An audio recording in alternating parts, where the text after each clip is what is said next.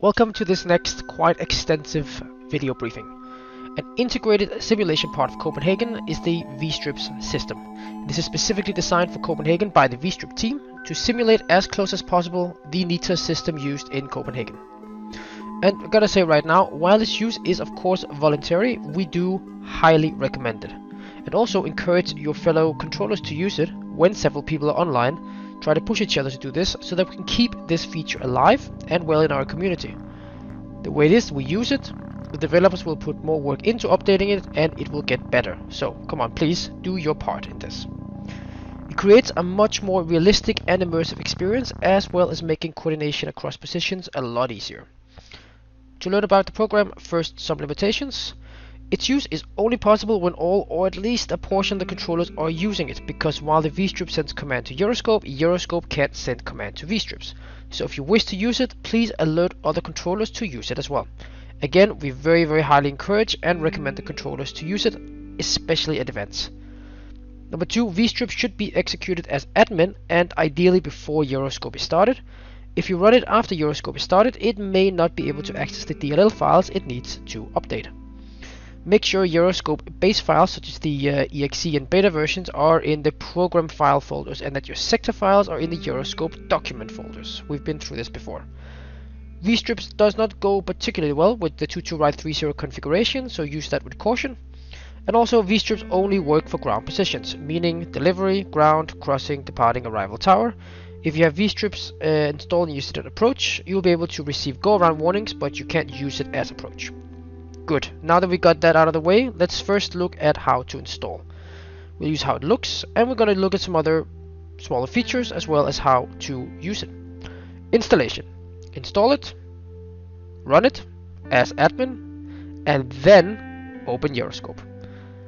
Then you need to go to other settings and plugins, and in that menu you need to press load. Navigate to your program files folder, find Vstrips and select the Vstrips esp.dll. As you load this, it now appears in your dialog. Now you highlight it and you can see the box called Forbidden to Draw on Surfaces and the two lines called Ground Radar Display and Standard ES Radar Screen. Click both, move them via the arrow to the Allow to Draw on Type box. That is it, and now you're installed and ready to use it.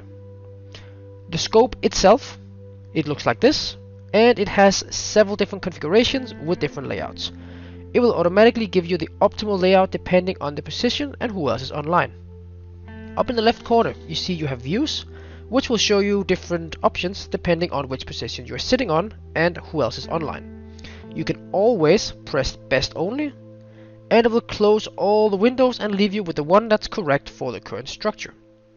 If someone logs on, which changes the optimal layout, the program will warn you and provide you with a new one. Always keep an eye on the top bar. If you see 3 exclamation marks, it means you have the wrong scope open. Then you click best only to open the correct scope and have the exclamation mark disappear. There are also different kind of options. Here we generally recommend to deselect the on-screen keyboard, as it will create issues when assigning the squawk, but for the rest is up to you to discover. In the bottom from left to right, you can see who's online apart from you. You can see the time, runway configuration and ATIS.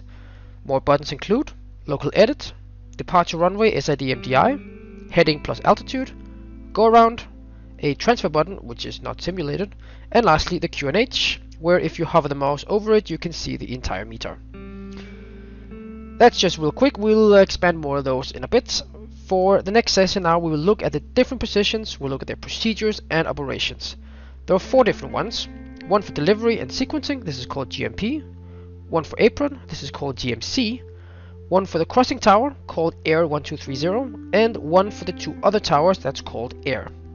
Strips have different layouts depending on position and can be displayed as a full strip or a half strip if space is an issue. Also they're blue for the outbound and they're yellow for the inbound, and they are pink if it's a local flight. Notice also that the strips are different depending which bay they are assigned to. But more on that later. Now first, to have the basics. A scope is the entire screen that fits your position. A bay is the small area on the scope that indicates the different phases, and a strip is the flight strip itself. Now we get that out of the way, let's go through this in a nice and structured manner, because there's a lot of it. We will review the individual scopes depending on position and then highlight the different particularities and the procedures. So first, the GMP one, which is for delivery and sequencing. It has two large bays for planes, which has not yet gotten clearance, one for SAS flights and one for all the others. You can edit the different boxes in the strip if the pilot has filed wrongly. So before we move on, let's just look at the flight strip that's concerned with delivery. This strip is unique for delivery scope, and it contains call sign, which you use to click and drop function, and this is the way you move the strip between bays. And you can see it turns bluish purple when you select the strip, and then you can click on another bay to move it. Anyway, then the aircraft type and squawk, these are not interactive boxes. You have the stand, this is automatically sensed by gyroscope. If you do not see a stand here, it's because you forgot to select easy mode in the general settings of gyroscope. The EOBT, or the estimated off block time, which is what is filed by the pilot. The TSAT, which is automatically assigned by the CDM system or manually entered by the controller. The runway of departure, which you can click to get a drop down menu where you can change it. The cleared flight level, this you can also change by left clicking and getting a menu up. This menu is also valid for the box below, which is to assign a heading in case the airplane is not going to fly an SID. And the next one is the SID, which you can also manually change by left clicking. And if we come back to the bottom menu bar of Vstrips, then you can see that these three settings actually are the same settings you can change by selecting call sign of the airplane and then selecting one of the menu at the bottoms here on Vstrips. It's basically two ways of doing the same thing. Last but definitely not least, you have the destination, where you click your left click to open the clearance dialog. This is how you give a clearance to an airplane. It's very unique for the delivery position. It opens this clearance box, and that we are going to look at now. The clearance box has most of the information you need to give for the clearance, but it also has some boxes which may or may not be empty. The stand should be displayed. Again, if it's empty, it's because you forgot to set easy in your general settings. Then you click the empty space to manually select the stand from the visual map. The ATIS and QNH you can click to assign, but they have really no consequence for the clearance other than just displaying information that you may choose to give to the pilot. The squawk, on the other hand, shown in green here, you left click to automatically assign. This is also based on that you follow the correct installation step of allowing the program to draw on your gyroscopes. If you didn't do this step in the installation, it will not work.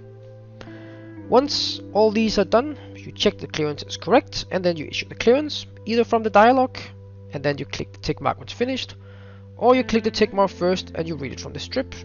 It's a matter of personal preferences. Once you click the tick mark in the clearance dialog, the strip will move from the uncleared part of the scope to the cleared bay. The airplane is now with an ATC clearance, and from there you have three other bays, which we're going to go through. Ready, where the airplane goes when ready and released for startup. Standby, if the airplane has reported ready but has not yet reached its TSAT time, if you're simulating that. And the PDC for pre-departure clearances. Actually, let's start with that. When an airplane requests a PDC, a ding will pop up and a strip will appear in the PDC window. You get a clearance via the dialog exactly the way you would with any other strip. You click the tick mark and the cyan part of the tag now turns red and it moves to the cleared bay. It stays red until the pilot acknowledges the PDC and then the color disappears. That's it. Pretty cool actually. To explain the rest of the boxes, we just have to talk a bit about procedures, because as we said in the beginning, this is for delivery and the sequencing. So the stuff shown until now is specifically for delivering, for giving the clearance. Now, how strips are moved in these different bays depend on who's online and where you're sitting. So let's just break it down into three eventualities. You sit on delivery, next station is apron. You sit on delivery, next station is sequencing. Or you sit on sequencing, getting the strips from delivery and sending them onwards to apron. First situation, which is the most commonly used situation, that's pretty simple. You keep the airplane in the cleared bay until the startup is approved, either at his TSAT, if you choose to simulate it, or whenever he requests it, if you do not simulate it on that particular day. If using TSAT and the pilot reports ready before his time, you move him to standby bay to wait until a better time is found or he is released. Not this only in regards to, just note this is only in regards to flow management. When he's released, transfer the strip to the ready bay, and then transfer to the apron for pushback, and the apron will coordinate eventual delay for pushbacks if needed. The philosophy is that the strip must be in the ready bay when you tell the airplane to contact apron. This is because aprons see these two bays, but can only move strips away from the ready bay, so it's important that the strips are here upon handover of communication, regardless of the situation. Now, second situation. Flights are going to sequencing. Well, this is simple. Don't touch the strips, it's cleared, it stays there. Tell the airplane to contact sequencing right away, and then he will handle the rest. That's it. Third situation, which is a bit of an extension, is now when you are the sequencing. Here we just back up. Now you don't give the clearances because you're in sequencing, but you have the exact same scope as delivery though. You just handle the secondary part of the process, which is managing startup times. You see the TSAT in the TSAT area, and you manage through the startup list in Euroscope, but the end result will be the same. When they're released for pushback, they must be in the ready bay, so apron knows they're coming. And that's it, all for the delivery side of things. Alright, so far so good. Hope you're still with me here.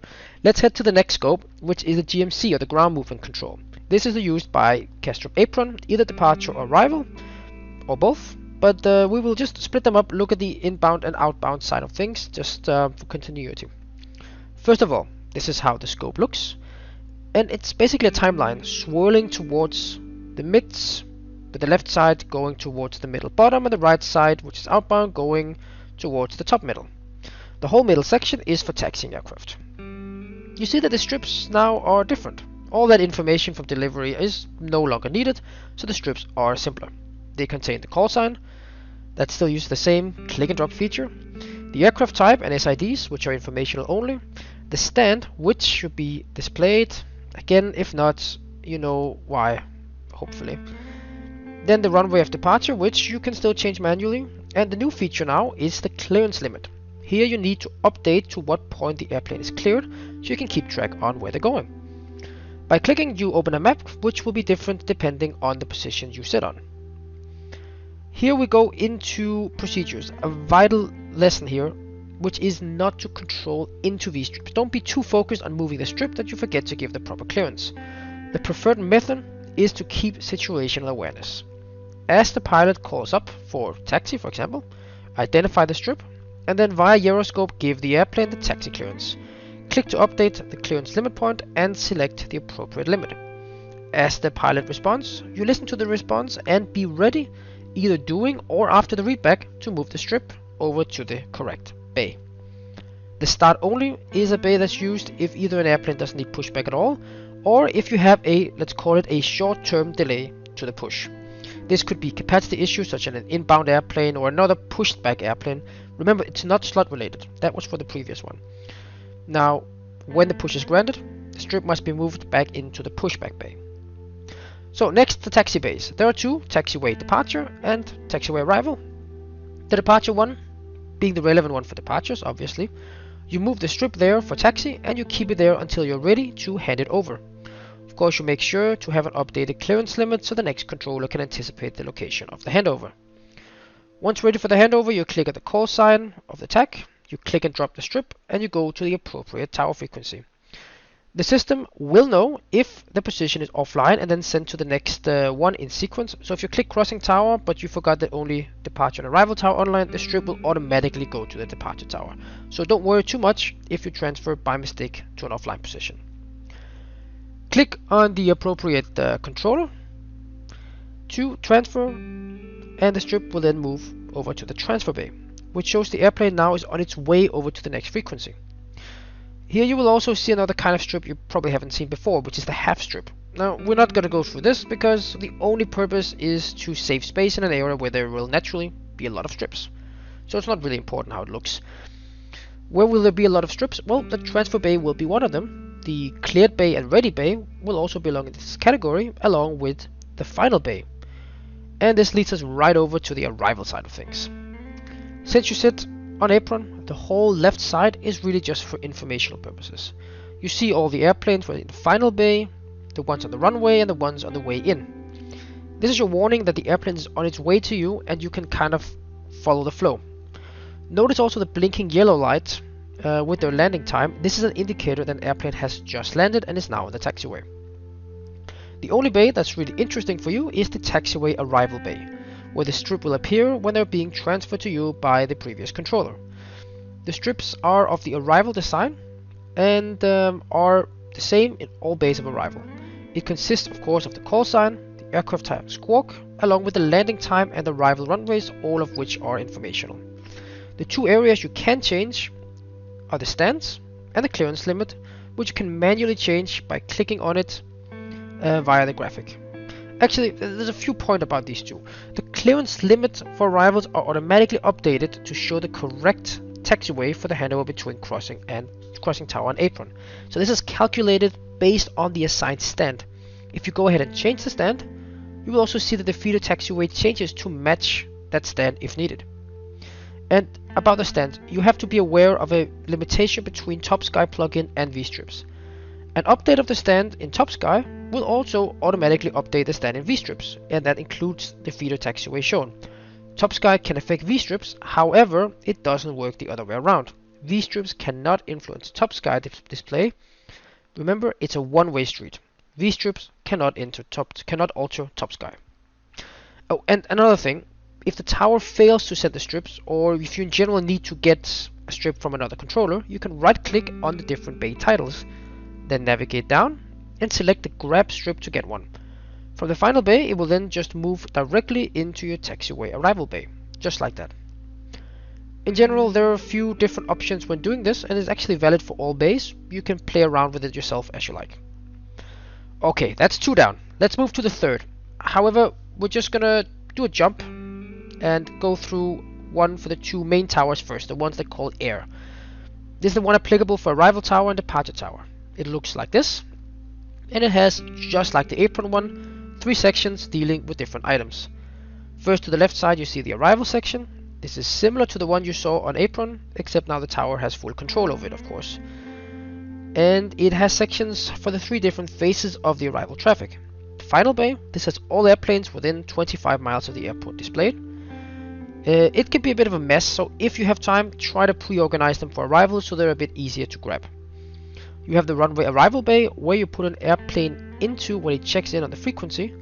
When he lands, you put the strip onto the taxiway arrival, you taxi him to his clearance limits. Again, note it is displayed automatically dependent on his gate, and transfer him via the same click and drop feature as with everything else.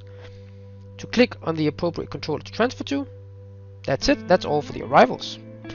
One thing can be annoying though, actually. So, one thing that really is that if you have an airplane on the runway arrival bay and then another checks in and then another checks in, and suddenly you have 3 strips and it's difficult to remember who was cleared to land and who was not.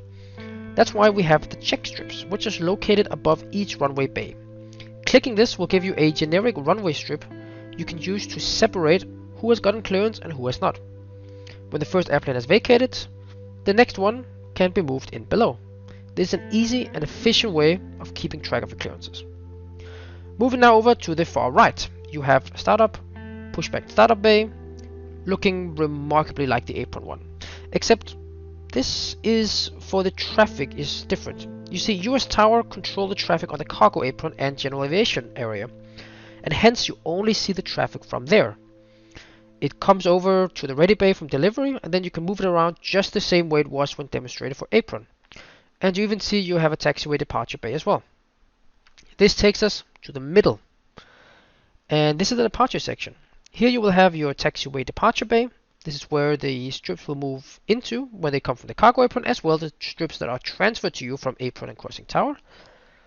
Once an airplane is transferred, it will appear in the bay, and you continue by placing it on the runway departure bay when the airplane enters the runway. So regardless of takeoff clearance or lineup instruction, you always put it in the runway departure bay. You also see that the strip design has changed so ever slightly from that of the regular departure strips. You see it has 4 extra small bays displaying departure information, kind of like on the delivery scope, simply because Tower may need to issue a last minute clearance and hence have the information updated from approach. The original space where the stand was displayed is now blanked and has been substituted by a departure timer. As you provide the takeoff clearance, click the spot to update the status and start a departure timer. If an airplane gets a lineup instruction after, remember you can use this check strip to keep track on who has takeoff clearance and who hasn't. Once the airplane is airborne, it can be moved into the airborne bay, and when it is no longer a factor, just discard it by click and drop it into the hide bay.